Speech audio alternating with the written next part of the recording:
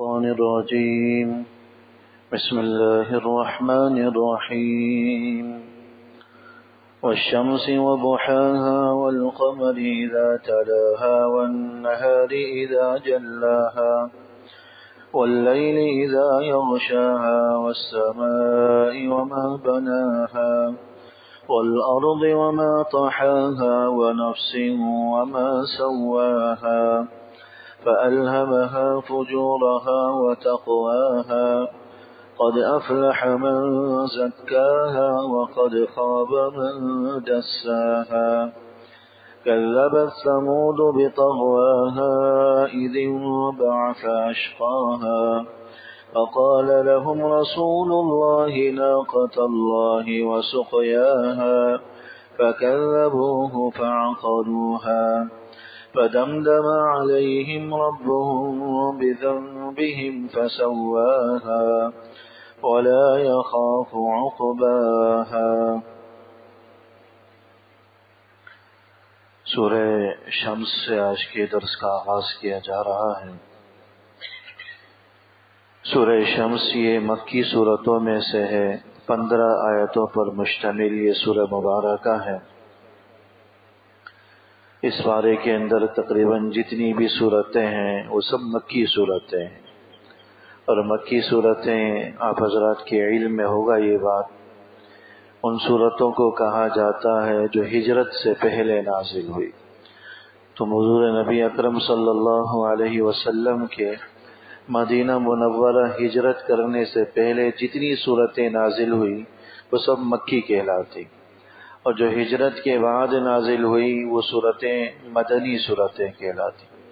مکی ہونے کا مطلب یہ نہیں ہے کہ وہ مکے میں نازل ہوئی ہو، بلکہ مکی ہونے کا مطلب یہ ہے کہ وہ ہجرت سے پہلے نازل ہوئی ہوں، بھلے وہ مکہ مکرمہ میں نازل ہوئی ہوں یا کسی اور مقام پر نازل ہوئی۔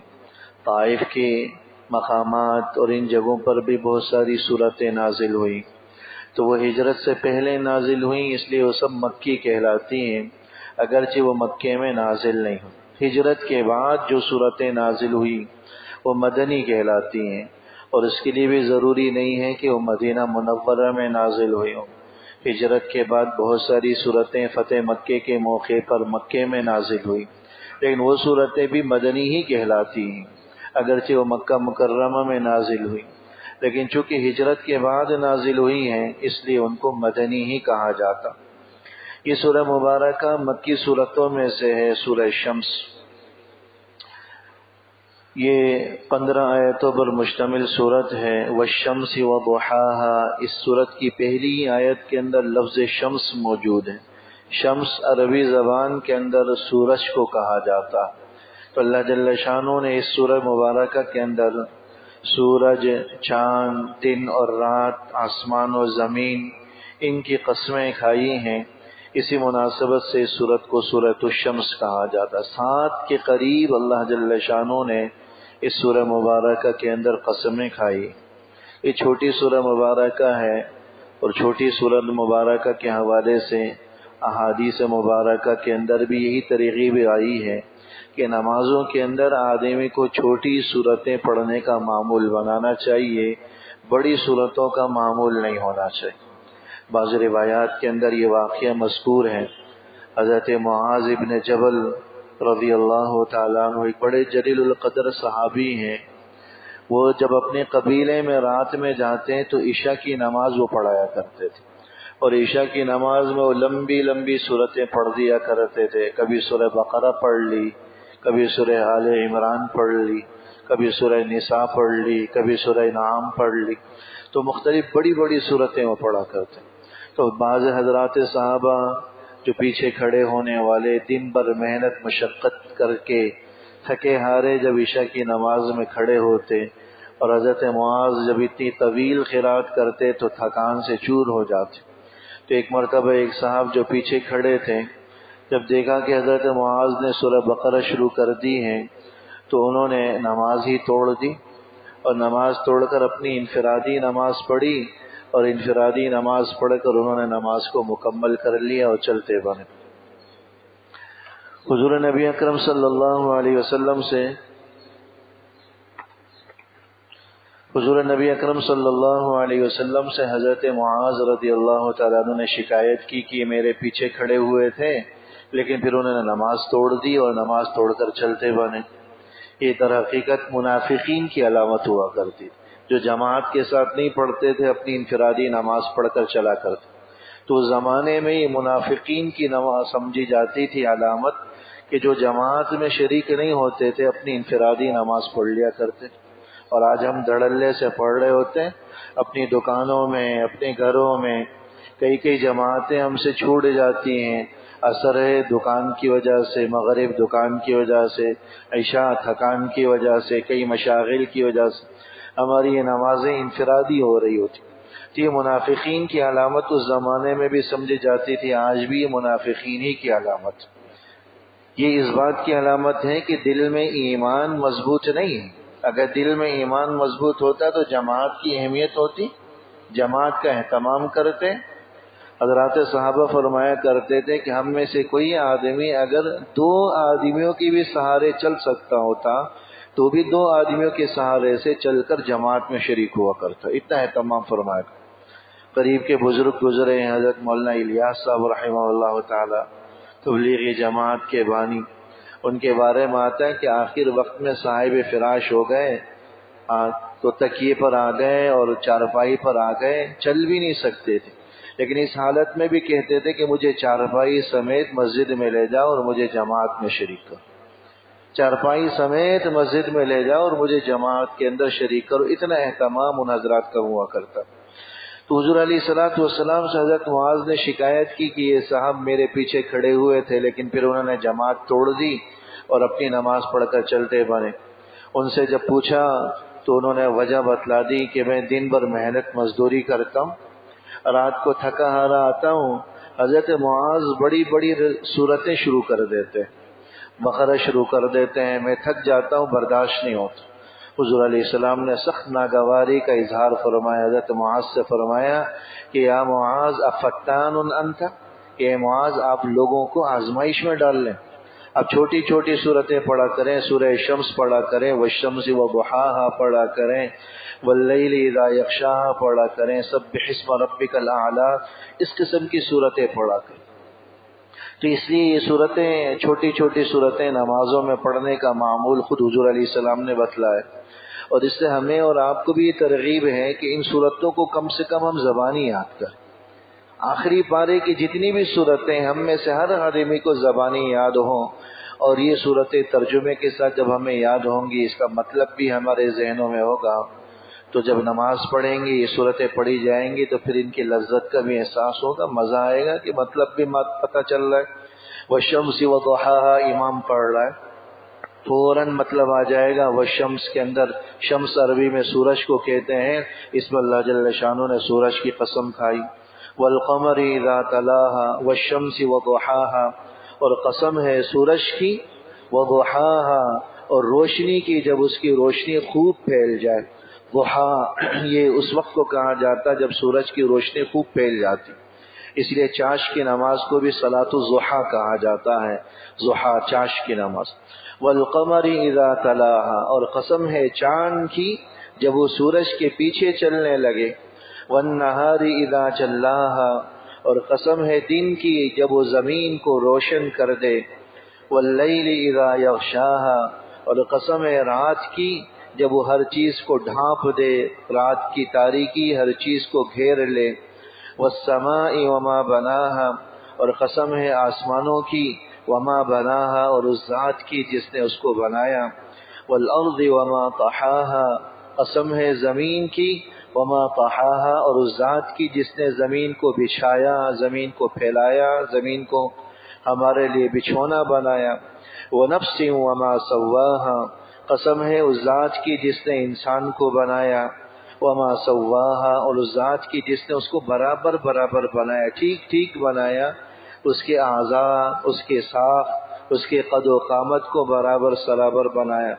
فَأَلْهَمَهَا فُجُورَهَا وَتَقْوَاهَا، یہ 7 آیتوں کے اندر اللہ جل شانہ نے 7 قسمیں کھائی، اور 7 قسمیں کھا کر کیا بیان فرمایا کہ فَأَلْهَمَهَا فُجُورَهَا وَتَقْوَاهَا، کہ اسی ذات نے انسان کے اندر اچھائی کے جذبات بھی رکھے ہیں، فسق و فجور کے جذبات بھی رکھے۔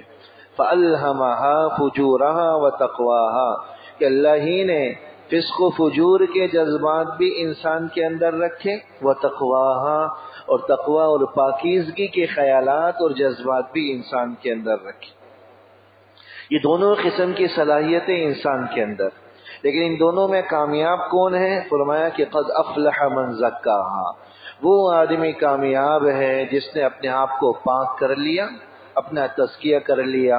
کون ناکام ہے؟ وقد خاب من دساہا، وہ آدمی ناکام ہے، نامراد ہے جو اپنے آپ کو خاک آلود کر دے، اپنے آپ کو مٹی مٹی کر دے۔ دسا کا عربی میں معنی آتا ہے زمین میں اپنے آپ کو گاڑ دینا۔ مراد اس کا مطلب ہے کہ جو گناہوں میں اپنے آپ کو دھسا دے، گناہوں میں اپنے آپ کو ڈبا دے، گناہوں کی دلدل میں جو ڈوب جائے، وہ آدمی ناکام نامراد ہے۔ کذبت ثمود بطغواہا، ہلاکت اور بربادی ہے قوم ثمود کے لیے جنہوں نے سرکشی کی اور اپنی سرکشی کی وجہ سے وہ ہلاک و برباد ہوئے۔ اذ انبعث اشقاہا، جب ان کا ایک سب سے بڑا شقی اور بدبخت شخص کھڑا ہوتا ہے، وقال لهم رسول اللہ ناقۃ اللہ وسقیاہا، اللہ کے رسول ان سے کہتا بھی ہے کہ یہ اللہ کی اونٹنی ہے، تم اس کا خیال رکھو، وسقیاہا اور اس کے پانی کا تم خیال رکھو۔ فکذبوہ فعقروہا، لیکن قوم کے لوگوں نے نبی کو بھی جھٹلایا اور اس اللہ کی پیدا کردہ اونٹنی کو بھی ہلاک کیا۔ فدمدم علیہم ربہم بذنبہم، سو ان کے رب نے انہیں ان کی گناہوں کی وجہ سے ملیا میٹ کر دیا۔ فسواہا اور ان کو تباہ و برباد کر کے برابر سرابر کر دیا۔ ولا یخاف عقباہا، اللہ کو کسی کے انجام کی کوئی پرواہ نہیں، اللہ اس بات کا ڈر نہیں رکھتا کہ انجام کیا ہوگا، نتیجہ کیا نکلے گا۔ یہ ہم انسان ہوتے ہیں جو نتائج کی پرواہ کرتے ہیں کہ اس کا کیا نتیجہ نکلے گا، کیا رزلٹ نکلے گا، لیکن اللہ کو نہ کسی کے انجام کی کوئی پرواہ، نہ کسی نتیجے کی کوئی پرواہ نہیں، کسی کو اللہ کو نہ کسی کا ڈر نہ کسی کا خوف۔ یہ سورہ مبارکہ کا ترجمہ تھا۔ 7 قسمیں اللہ جل شانہ نے کھائی یہاں پر۔ پہلی قسم جو ہے وہ سورج کی کھائی، دوسری قسم چاند کی کھائی، والنہار اذا جلاہا، تیسری قسم اللہ جل شانہ نے دن کی کھائی، واللیل عربی میں رات کو کہتے ہیں، رات کی قسم کھائی، پانچویں قسم آسمانوں کی کھائی، اور چھٹی قسم اللہ جل شانہ نے زمین کی کھائی، اور ساتویں قسم خود اللہ جل شانہ نے انسان کی کھائی۔ یہ 7 قسمیں کھا کر اللہ جل شانہ نے جو ایک بات بیان کی وہ یہی تھی کہ ہم نے انسان کے اندر دونوں قسم کی استعدادیں رکھی، اچھائی کی بھی استعداد ہے اس کے اندر، برائی کی بھی۔ کوئی انسان یہ نہیں کہہ سکتا کہ میں تو اپنے اختیار میں نہیں ہوں، میں تو بے اختیار ہوں، گناہ مجھ سے بے اختیاری سرزد ہو جاتا ہے، گناہ بغیر ارادے کے سرزد ہو جاتا ہے، کوئی انسان یہ نہیں کر سکتا۔ اللہ جل شانہ نے دونوں قسم کی اختیارات آدمی کے اندر رکھی، اور یہ 7 قسمیں کھا کر اللہ بیان کر۔ اللہ جل شانہ کو کسی بات کو بیان کرنے کے لیے قسم کھانے کی ضرورت نہیں، پہلے تو یہ سمجھ لیں۔ اللہ جل شانہ کا کسی قسم کی قسمیں کھانا یہ در حقیقت ایک وجہ تو اس کی ہوتی کہ اس زمانے میں عربوں کا مزاج یہی تھا کہ جب بھی کوئی بات کرتے تو قسم کھا کر آج بھی عرب یہی کرتے، واللہ باللہ، ان کی زبانوں پر یہ جملہ موجود ہوتا ہے۔ واللہ کا معنی ہی ہوتا ہے اللہ کی قسم، باللہ یہ قسم کے الفاظ ان کی زبانوں پر تکیہ کلام کے طور پر جاری و ساری ہوتے۔ اور دوسری اس کی وجہ یہ ہوتی کہ اللہ جل شانہ ان چیزوں کی قسمیں کھا کر انسان کو دعوت فکر دے رہا ہے کہ ان چیزوں میں ذرا غور کرو۔ اور اللہ جل شانہ عموماً انہی چیزوں کو بیان کرتے ہیں جو ہمارے مشاہدے میں آ رہی ہوتی، جو ہمارے دکھنے میں آ رہی ہوتی۔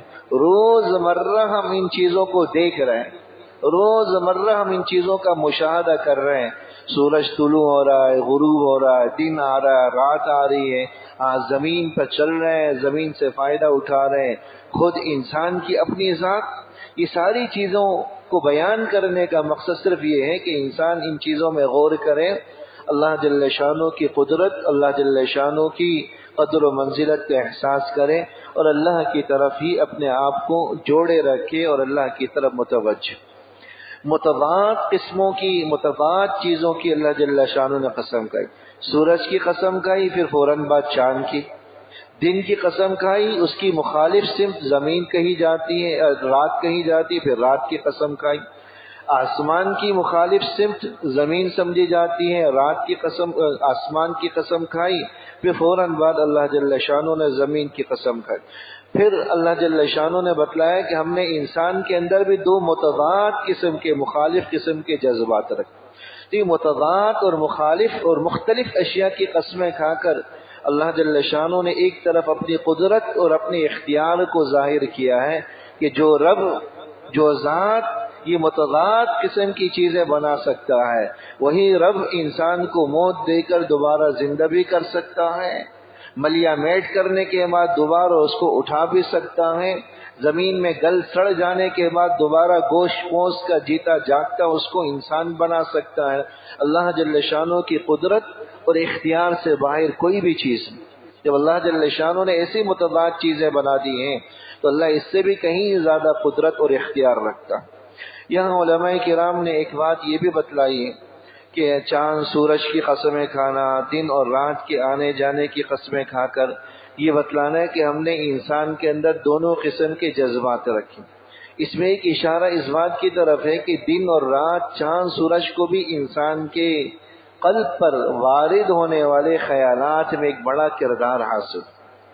دیکھیے چاند سورج جو اللہ جل شانہ نے ہم نے بنائی، یہ چاند نمودار ہوتا ہے، پھر چاند چلا جاتا ہے، سورج طلوع ہوتا ہے، سورج غروب ہوتا ہے، یہ روزمرہ کی روٹین۔ لیکن آپ حضرات کے علم میں ہوگا کہ آج کی سائنس بھی کہتی ہے کہ سورج کا طلوع ہونا یہ بے فائدہ نہیں، یا اس کا صرف یہ مقصد نہیں ہے کہ دن اور روشنی ہو جاتی ہے، بہت ساری چیزوں کی نشو و نما کے اندر، بہت ساری چیزوں کے اتار چڑھاؤ کے اندر، بہت ساری چیزوں کے بننے سنورنے کے اندر چاند، سورج، دن اور رات کو بڑا دخل ہوتا۔ آج کی سائنس یہ کہتی ہے کہ اگر فصلوں کو، کھیتوں کو، درختوں اور پودوں کو اگر سورج کی کرنیں نہ پڑیں تو وہ پکے ہی نہیں۔ سورج کی کرنیں جب اس پر پڑتی ہیں تو فصلیں پکتی ہیں، اور جب چاند کی روشنی اس پر پڑتی ہے تو کہتے ہیں کہ اس کے اندر ذائقے اور رنگت چاند کی روشنیوں سے پڑتی ہے، چاند کی کرنوں سے پڑتی ہے، اور سورج کی جب تمازت اس پر پڑتی ہے تو اس کے اندر نشو و نما اور بڑھوتری پیدا ہوتی ہے۔ ابتدائی دنوں کا چاند بڑا ہوتا ہے، ان دنوں میں ماہرین کہتے ہیں کہ سمندروں کے اندر بھی، پانی کے اندر ابھار پیدا ہوتا ہے، مد و جزر پیدا ہوتا ہے، سمندروں میں بھی تیزی ہوتی ہے۔ ابتدائی دنوں میں سمندروں میں بھی جانے سے منع کیا۔ یہ چاند کا اثر ہوتا ہے جو اس سمندر پر پڑ رہا ہوتا ہے۔ خود انسان کی اپنی ذات پر ان چاند کی کرنوں کا، روشنیوں کا اثر پڑتا ہے۔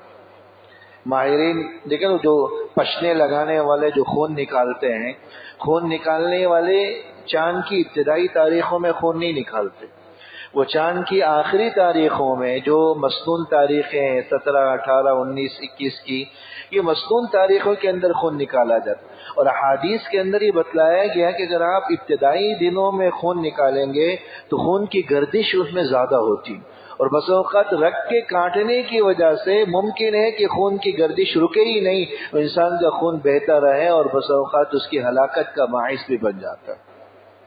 تو ابتدائی دنوں میں پشنے لگانے سے بھی منع کیا، کیوں؟ اس لیے کہ چاند کا اثر براہ راست انسان کے خون پر پڑ رہا ہے اور اس کی وجہ سے اس خون کی گردش میں اضافہ ہو رہا ہے، اور بس اوقات خون کی گردش اتنی زیادہ ہوتی ہے، اگر اس موقع پر کوئی اگر یہ کٹ لگواتا ہے، پشنے لگواتا ہے، تو خون کی روانی اور خون کا بہاؤ اتنا زیادہ ہو جائے گا جو رکنے اور قابو میں نہیں آئے گا، اور وہ انسان کی ہلاکت اور بربادی کا باعث بھی بن جاتا ہے۔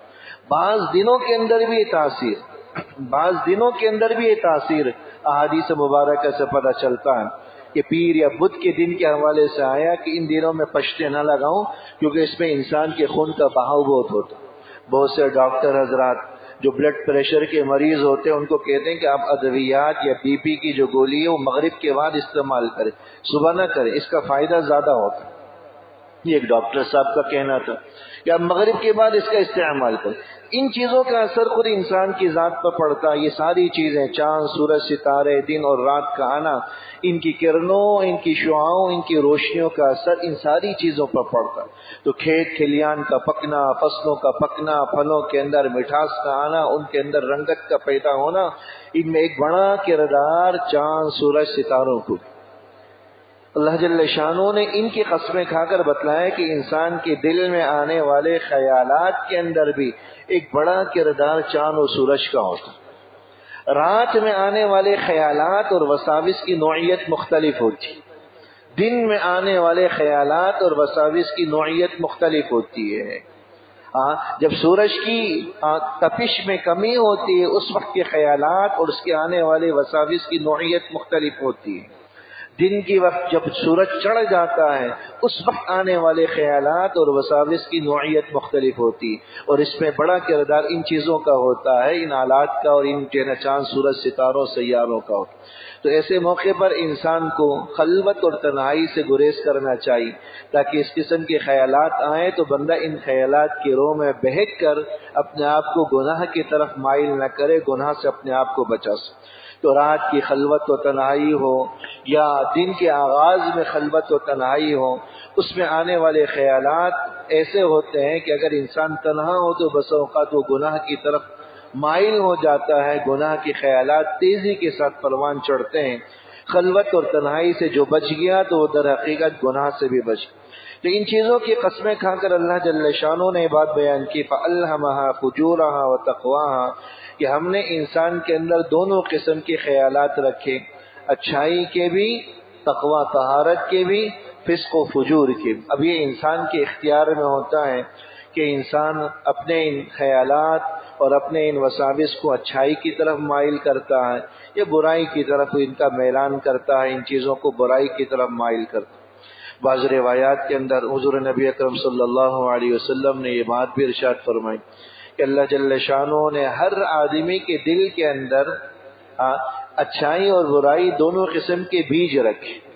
جس طرح کی زمین کے اندر جب بیج ڈالے جاتے ہیں وہ زمین اور بیج کو نشوونما دیتی، ایسے ہی انسان کے دل میں دونوں قسم کے بیج موجود ہیں. اچھائی کا بیج بھی موجود ہے، برائی کا بیج بھی موجود ہے. اب سیرابی کرنا، اس کی آبیاری کرنا، یہ انسان کے اپنے بس میں ہوتا ہے. کوئی آدمی ہوتے ہیں جو اپنے خیالات اور وساوس کو اچھائی کی طرف موڑتے ہوئے اس بیج کو سیراب کرتے ہیں جو اچھائی والا بیج ہوتا. نتیجہ یہی ہوتا ہے کہ پھر اچھائی کے خیالات بڑھتے ہیں، انسان نیکی کی طرف، تقوی طہارت کی طرف، عبادات کی طرف، ذکر و اذکار کی طرف خود کو مائل کرتے. اور کچھ ہوتے ہیں جو اپنے اختیار کو غلط استعمال کرتے ہوئے، اپنے خیالات کو غلط استعمال کرتے ہوئے اس بیج کو سیراب کر رہے ہوتے جو فسق و فجور والا ہوتا، جو برائی والا ہوتا. نتیجہ یہی ہوتا ہے کہ اس کے فسق و فجور کا بیج بڑھتا جاتا ہے، بالآخر ایک تناور درخت بن جاتا ہے جس سے اس کا پورا دل زنگ آلود ہو جاتا ہے. اب یہ وہ موقع ہوتا ہے جس میں اللہ کی طرف سے اس کے دل پر مہر لگا دی جاتی ہے. اب اس کو صحیح اور غلط میں کوئی پہچان نہیں ہوتی، ہر غلط عمل بھی اس کو صحیح لگنے لگتا. یہ حدیث آپ نے فضائل اعمال میں بھی سنی ہوگی کہ جب انسان ایک گناہ کرتا ہے تو ایک سیاہ دبا اس کے دل میں لگ جاتا ہے. اگر توبہ کر لے تو دبا دھل جاتا ہے، وہ صاف ہو جاتا ہے دوبارہ. لیکن اگر توبہ نہ کرے، دوسرا گناہ کرے تو ایک دوسرا دبا لگ جاتا ہے، پھر تیسرا گناہ کرے تو ایک تیسرا دبا لگ جاتا ہے، یہاں تک کہ گناہ کرتے کرتے اتنے دبے اس کے دل میں لگ جاتے ہیں کہ اس کا پورا دل زنگ آلود ہو جاتا. یہ علامت ہوتی ہے کہ اللہ کی طرف سے اب اس پر ٹھپا لگ چکا ہے، مہر لگ چکی ہے. اب اس آدمی کو اچھائی اور برائی کی کوئی تمیز نہیں ہوتی. غلط کام بھی اس کو اچھا لگنے لگ جاتا ہے، ناجائز بھی اس کو جائز لگنے لگ جاتا ہے، گناہ بھی اس کی نظروں میں مزین کر کے خوشنما بنا کر شیطان پیش کر دیتا ہے، اور گناہ کو بھی وہ گناہ سمجھنا چھوڑ دیتا ہے، اچھائی، بھلائی اور نیک کام سمجھ کر وہ کر رہا ہوتا. یعنی گناہ ہونے کی حیثیت ہی ختم ہو جاتی. آج ہم لوگوں کی اور کیفیت آپ دیکھیں نا، ایک رشوت لینے والا زندگی بھر رشوت لے رہا ہے، اس کو یہ خیال نہیں ہوتا کہ میں کتنا بڑا لعنت والا عمل کر رہا ہوں کہ رشوت پر اللہ کے رسول کی طرف سے لعنت آئی. لعنت رشوت لینے والا دینے والا دونوں کو ملعون کہا گیا۔ سود کا عمل، سود کھانے والا زندگی بھر سود کھا رہا ہے، بہت کم لوگ ہوتے ہیں جن کو اللہ کی طرف سے توفیق مل رہی ہوتی ہے توبہ و استغفار ہونے کی، اللہ کی طرف رجوع کرے تو توبہ کی توفیق مل جاتی، لیکن لگے ہوئے ہیں سود۔ اب سود کھانے کی قباحت کتنی ہے، احساس نہیں۔ حدیث آپ نے سنی ہوگی، ہم میں سارے آدمی کے ذہن میں ہے، سود کا 1 روپیہ اللہ معاف کرے اپنی ماں سے زنا کرنے سے بھی زیادہ بدتر۔ کوئی اگر آدمی ماں کی کسی کو گالی دے دے تو آپے سے باہر ہو جاتا ہے، ہم میں سے ہر آدمی آپے سے باہر ہو جائے گا، غصے میں شاید اس کا گریبان پکڑ لے، غصے میں آ کر مارنے پر تیار ہو جائے، غصے میں آ کر کیا سے کیا کر جائے کہ تم نے اب جو ہے نا میری ماں کو برا بلا کہا ہے، میری والدہ کو برا بلا کہا ہے۔ والدہ تو دور کی بات، گھر کی کسی قریبی عزیز خاتون کے بارے میں کوئی نازیبا الفاظ استعمال کرے تو آدمی آپے سے باہر ہو جاتا ہے۔ سود کے 1 روپیے پر یہ وعید ہے، صرف برا بلا کہنے کا لفظ نہیں، بدکاری کا ذکر ہے کہ اس سے بھی کہیں زیادہ بدتر ہے، اس سے بھی کہیں زیادہ منحوس عمل ہے 1 روپیہ سود کا لے۔ ہمارے یہاں چل رہا ہے، احساس نہیں، لوگوں کو اس چیز کا احساس نہیں ہے۔ سودی اکاؤنٹ لوگوں کے چل رہے ہیں، بچت اسکیموں میں لوگوں نے پیسے رکھے ہوئے ہیں اور اپنی جمع پونجی وہاں لگا کر بچت اسکیموں کے ذریعے نفع لے رہے ہیں اور اپنی زندگی اور اپنی آخرت دونوں کو تباہ کر۔ احساس نہیں کہ کتنا خبی عمل۔ یہ اس بات کی علامت ہوتی ہے کہ میرے دوستو ہمارے دلوں پر مہر ٹھپا لگ چکا ہے، ہمیں احساس نہیں ہوتا۔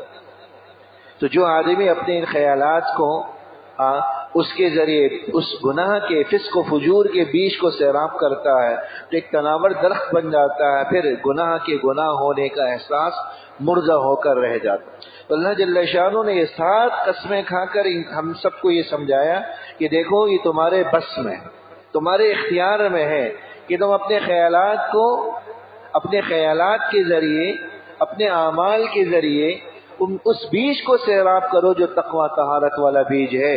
تو تقوی و طہارت کا ایک تناور درخت آپ کے قلب میں پیدا ہو جائے گا جو انشاءاللہ تعالی نیکی پر آپ کو اتنا جمع دے گا، برائی آپ کے نزدیک اتنی مبغوض اور ناپسندیدہ ہو جائے گی جتنا کہ یہ بدکاری والا عمل انسان کو ناپسندیدہ اور مبغوض ہو۔ سود کا 1 روپیہ بھی اتنا مبغوض اور ناپسندیدہ ہو جائے گا جب یہ تقوی و طہارت والا درخت، تقوی و طہارت والا بیج ایک تناور درخت بن جائے اور انسان کے دل میں یہ پیوست ہو جائے، اس کی جڑیں اپنی مضبوط کر۔ فَأَلْهَمَهَا فُجُورَهَا وَتَقْوَاهَا کہ ہم نے فسق و فجور کے جذبات بھی انسان کے اندر رکھے، تقوی طہارت والے جذبات بھی ہم نے انسان کے اندر رکھے۔ اب جو اپنا تزکیہ کر لے، خود کو پاک کر لے، قد افلح من زکاها، فرمایا کہ جس نے اپنا تزکیہ کر لیا، خود کو پاک کر لیا، اس نے گویا کہ کامیابی حاصل کر لی۔ اللہ جل شانہ نے ان آیات کے ذریعے بھی واضح کر دیا کہ حقیقی کامیابی تو یہی ہے کہ جو اپنے آپ کو پاک کر لے۔ جس طرح انسان کا ظاہر میں میل کچیل لگ جاتی ہے، گرد و غبار لگ جاتی ہے، اب اپنے ظاہر کو پاک کرنے کی کوشش کرتے ہیں، صابن لا استعمال کرتے ہیں، صرف کا استعمال کرتے ہیں، طرح طرح کی چیزوں کا استعمال کرتے ہیں، خوشبو لگاتے ہیں، عطر کا استعمال کر رہے ہیں تاکہ ہمارا ظاہر پراگندہ نہ ہو، صاف ستھرے کپڑے پہنتے ہیں تاکہ لوگوں کو ہمارے جسم سے جو ہے نا گھن نہ آئے، لوگوں میں تنفر پیدا نہ ہو۔ میرے دوستو ایسے ہی قلب کے اندر بھی پراگندگی آ جاتی، قلب کے اندر بھی، دل کے اندر بھی گرد و غبار آ جاتا ہے، دل کے اندر بھی گندگی آ جاتی ہے۔ جس طرح اگر ہمارے جسم، ظاہری جسم گندا ہو، لوگ ہمارے قرب و جوار سے بھاگنے لگ جاتے ہیں، اچھے لوگ قریب نہیں آتے، پھر اس کے ساتھ ایسے ہی لوگ جڑتے ہیں جو خود بھی پراگندہ ہوتے۔ ایک گندگی اٹھانے والے کے ساتھ ایسے ہی لوگ ہوتے ہیں، ایسے ہی لوگ ہوتے ہیں جو گندگی اٹھانے والے ہوتے ہیں۔ جب کپڑے گندے ہوں، بدبو آ رہی ہو، اچھے لوگ، صاف ستھرے لوگ دور ہو جاتے ہو۔ تو میرے دوستو آپ خود سوال کیجئے، جب انسان کا دل گندا ہوگا تو روحانی مخلوق ہمارے قریب کیسے آئے؟ دل میں تکبر ہے، یہ دل کی غلاظت، گندگی، دل میں حسد ہے، یہ اندر کی گندگی ہے، دل میں کینہ ہے یہ اندر کی گندگی ہے، دل کے اندر بڑائی کے جذبات ہے یہ اندر کی گندگی ہے، تکبر ہے اندر کی گندگی ہے، مال کی محبت، عہدے کی محبت، دوسرے کے خلاف نفرت کے جذبات، برے خیالات، وساوس، یہ سب اندر کی گندگیاں ہیں۔ جس طرح ہم اپنے ظاہر کو پاک کرنے کی کوشش کرتے ہیں، ایسے ہی اس کا اہتمام کریں کہ اپنے باطن اور اپنے دل کو پاک کریں۔ ظاہر کو پاک کرنے کے لیے ہم طرح طرح کے ٹوٹکے استعمال کرتے ہیں، بیماری لگ جائے ڈاکٹروں کی طرف رجوع کرتے ہیں۔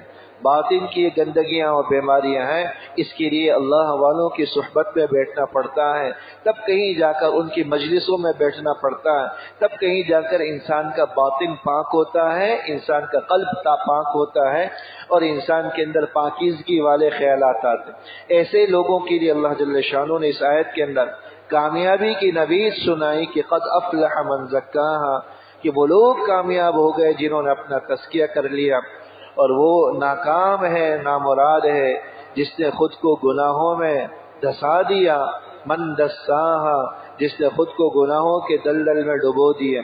اللہ جل شانہ نے اگلی آیات کے اندر قوم سمود کا ذکر کیا، مختلف مقامات کے اندر قوم سمود کا ذکر ہے۔ اللہ جل شانہ نے ان آیات کے اندر ان کی سرکشی کو ان کی ہلاکت اور بربادی کا سبب قرار دی۔ کذبت ثمود بطغوا، کہ قوم سمود ہلاک ہوئے کیونکہ انہوں نے سرکشی کی، نافرمانی کی، اور سرکشی کیا کی کہ اللہ کے نبی کو جھٹلایا۔ حضرت صالح علیہ السلام کو اس قوم کی طرف نبی بنا کر بھیجا۔ قوم سمود کا تھوڑا سا پس منظر، اور یہاں حضرت صالح علیہ السلام کی طرف سے جو معجزہ اونٹنی کی صورت میں دکھلایا گیا، اس کا کچھ پس منظر یہاں ذکر کر دینا مناسب ہے۔ سمود یہ در حقیقت حضرت نوح علیہ السلام کے پڑپوتوں میں سے تھے۔ قوم سمود سے پہلے قوم عاد گزری۔ عاد یہ حضرت نوح علیہ السلام کے صاحبزادے سام ہیں۔ سام کے ایک بیٹے کا نام ارم ہے۔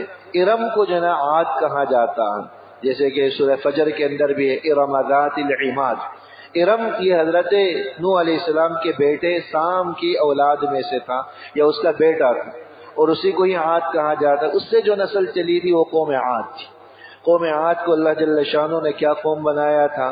سورہ فجر کے اندر ہے کہ لم یخلق مثلھا فی البلاد، اللہ نے ایسی قوم کبھی دنیا میں بنائی نہیں، ایسے قد و قامت کے حامل لوگ تھے، ایسے طاقتور کہ ایک ایک آدمی پوری درخت کو جڑوں سمیت اکھاڑ دیتا تھا، اتنی طاقت اللہ نے دی۔ لیکن اللہ کی نبی کی نافرمانی کی، وہ سب اس کے تباہ و برباد۔ اس کے 100 یا 150 کے برس کے بعد جو ہے نا یہ قوم سمود کی نشو نما ہوئی۔ یہ سمود بھی یہ عاد کی نسل ہی میں سے تھے۔ ان کی جو ان سے جو نسل چلی ہے اس کو قوم سمود کہا جاتا ہے، یعنی ان صاحب سے، ان بزرگ سے جو نسل چلی قوم سمود کہی جاتی۔ یہ تبوک کے قریب ایک مقام ہے جس کو آج بھی اس کی یادگاریں موجود ہیں، جو مدائن صالح کے نام سے وہ جگہ آج بھی موجود ہے۔ اس وادی کو وادی حجر کے نام سے بھی جانا جاتا تھا۔ بعض روایات کے اندر آیا کہ جب حضور علیہ السلام تبوک کے غزوے کی طرف جا رہے تھے تو آپ اس بستی کے پاس سے گزرے تھے، وادی حجر کے پاس سے گزرے۔ آپ نے حضرات صحابہ سے کہا کہ یہاں سے تیزی کے ساتھ گزرو، یہاں رکو نہیں، کیونکہ یہ وہ جگہ ہے جہاں پر اس قوم پر اللہ کا عذاب آیا تھا۔ تو جس قوم پر، جس جگہ پر اللہ کا عذاب آیا ہم وہاں رک نہیں سکتے، وہاں کے پانی کے استعمال سے بھی ممانعت فرما دی۔ تو بہرحال یہ اس جگہ پر یہ آباد تھی۔ حضرت صالح علیہ السلام اس قوم کی طرف نبی بنا کر بھیجے گئے، لیکن ان لوگوں نے اپنے نبی کی نافرمانی کی۔ عید کا دن تھا ان کے یہاں، یہ سارے کے سارے ایک میدان میں جمع تھے۔ اس موقع پر ان لوگوں نے اپنے سارے معبودوں کو، جو بتوں کو پوجا کرتے تھے، بنا سنوار کر میدان میں جمع کر کے کھڑا کیا۔ دوسری طرف حضرت صالح علیہ السلام کو بلایا کہ آج آ جاؤ، ہمارا اور آپ کا مقابلہ ہے، ہم اپنے خداؤں کو پکاریں گے، ان سے بارش مانگیں گے، آپ اپنے خدا سے مانگیں۔ تو اب قوم کے لوگوں نے بتوں سے مانگا، بڑا گڑ گڑا کر جانور بھی ذبح کیے، لیکن نتیجہ وہی کہ کچھ بھی حاصل نہیں۔ پھر حضرت صالح علیہ السلام سے انہوں نے کہا کہ اب آپ اپنے خدا سے کہیں کہ جو پہاڑ سامنے نظر آ رہا ہے، اس پہاڑ میں سے 10 ماہ کی گابن اونٹنی ہماری آنکھوں کے سامنے نمودار۔ حضرت صالح علیہ السلام نے ان کے چیلنج کو قبول کیا، ایمان والوں کو ساتھ لے کر گئے، 2 رکعت نماز پڑھی، اللہ سے دعا کی۔ اللہ جل شانہ نے ان کی دعا کو قبول کیا۔ روایات کے اندر آتا ہے کہ جس طرح ولادت کے وقت ایک خاتون کی کیفیت ہوتی ہے، بالکل وہی کیفیت اس چٹان پر طاری ہوئی۔ وہ علامات جو تکلیف کی کیفیت جس کو درد ذہ کہا جاتا ہے، اس چٹان پر وہی کیفیت طاری ہوئی جیسا کہ ایک کیفیت ایک ولادت کے وقت خاتون پر طاری ہوئی۔ وہی تکلیف کی حالت میں، اضطراب کی حالت میں وہ چٹان ہلنے لگا۔ بالآخر چٹان شق ہوا اور وہاں سے یہ اونٹنی جو 10 ماہ کی حامل تھی نمودار ہوئی۔ تو چونکہ وہ معجزاتی اونٹنی تھی تو بڑے طویل قد و قامت کی حامل اونٹنی تھی۔ بعض روایات کے اندر آئے کہ وہ 90 فٹ لمبی اونٹنی تھی، 90 فٹ لمبی اونٹنی تھی۔ تو اتنا طویل قد و قامت کی اونٹنی جب نمودار ہوئی تو لوگ بھی بدک کر گھبرا کر بھاگنے لگے، اور جو جانور تھے تو وہ تو اس کی کوئی قریب ہی نہیں آتے۔ اونٹنی وہاں نمودار ہوئی، چونکہ وقت اس کا پورا ہو چکا تھا۔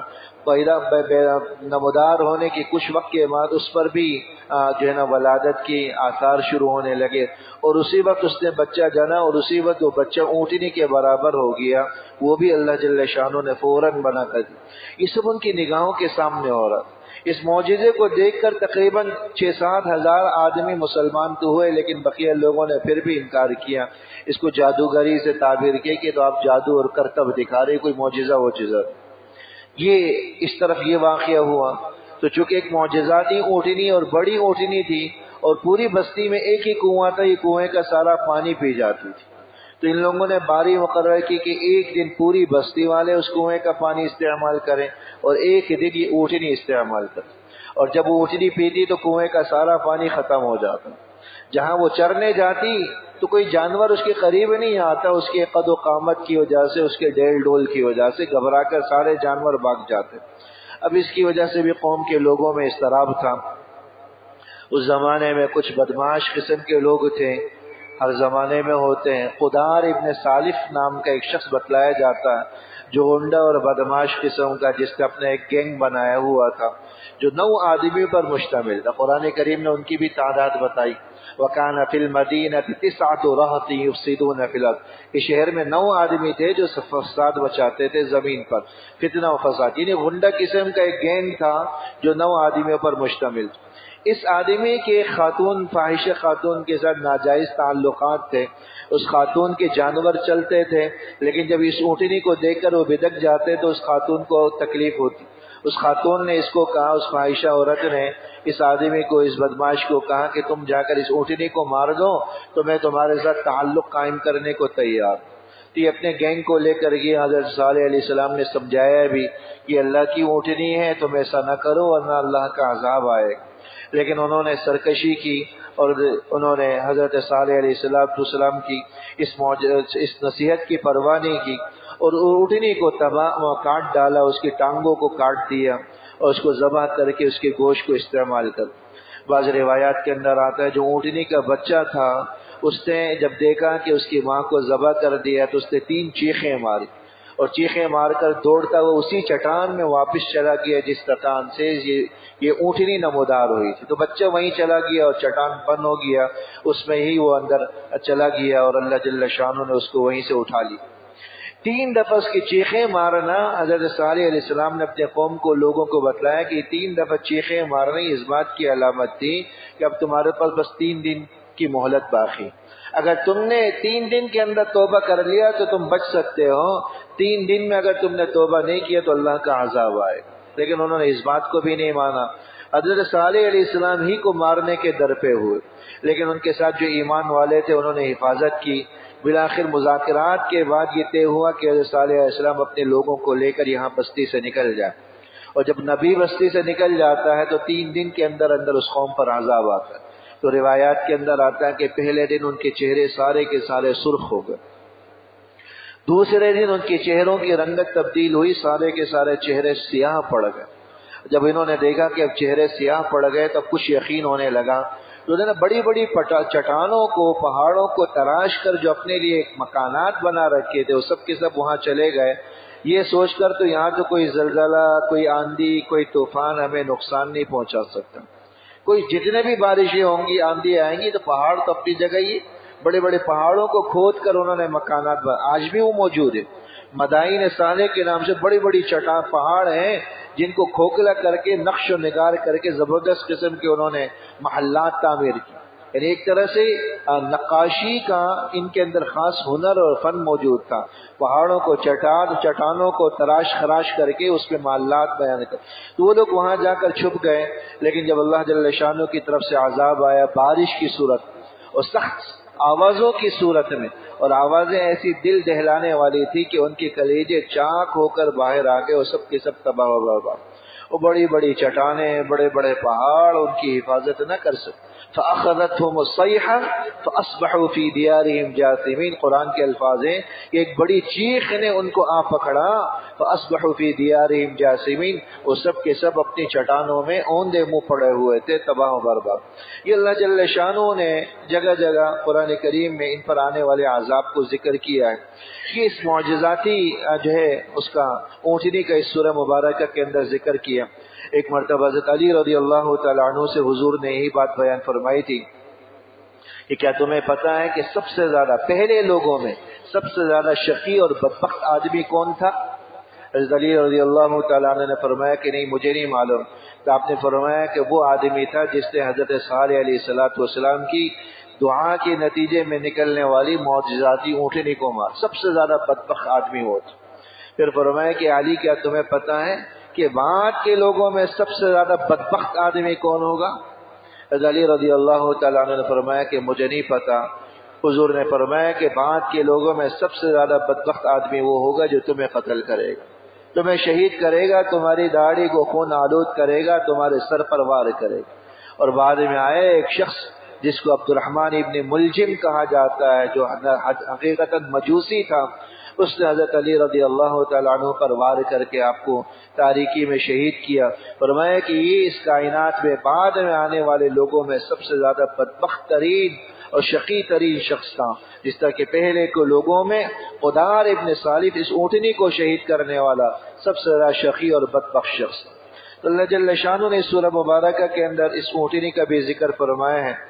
فَأَلْهَمَهَا فُجُورَهَا وَتَقْوَاهَا. جو اہم بات جو اس میں بیان کرنے کی تھی وہ یہی تھی کہ اللہ جل شانہ نے انسان کے اندر دونوں قسم کے خیالات رکھے، اچھائی کے بھی اور برائی. بعض روایات کے اندر آتا ہے کہ جب حضور علیہ السلام یہ آیت مبارکہ تلاوت کرتے تھے فَأَلْهَمَهَا فُجُورَهَا وَتَقْوَاهَا، کہ ہم نے انسان کے اندر فسق و فجور کا مادہ بھی رکھا ہے، تقوی طہارت کا بھی مادہ رکھا ہے.